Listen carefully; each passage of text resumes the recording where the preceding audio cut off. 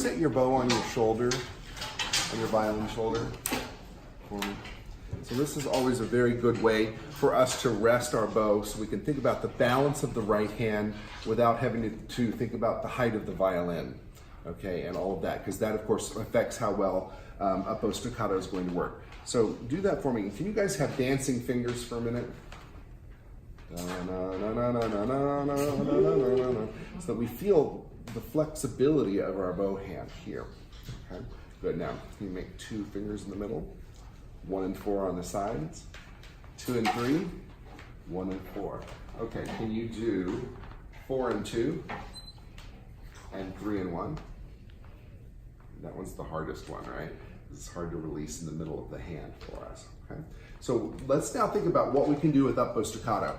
One of the things that Dorothy DeLay had us do was play Kreutzer Etude number 4 in Forever. Okay?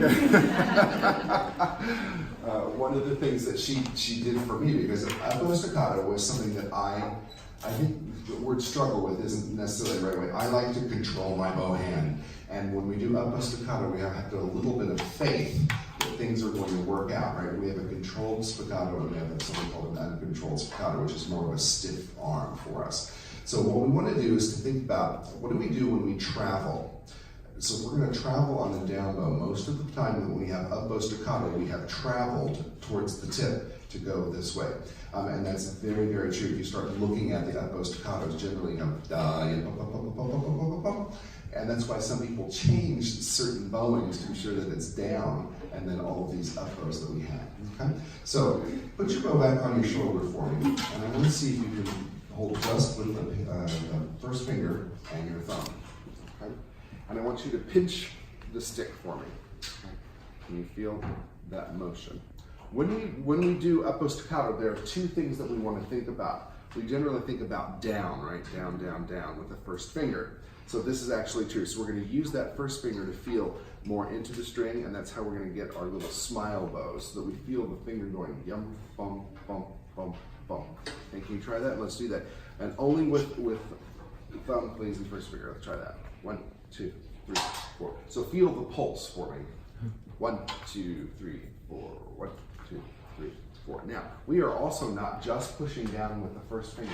We're thinking about up with the thumb. Okay, so down with first finger, up with the thumb. And you're going to feel that almost like you're pinching the bow a little bit, right? So we can do that. So let's take for me just a D major scale, 1 octave for me. So we're going to go full bow, and then I want you to first think about what you're doing with the first finger. Let's try that one.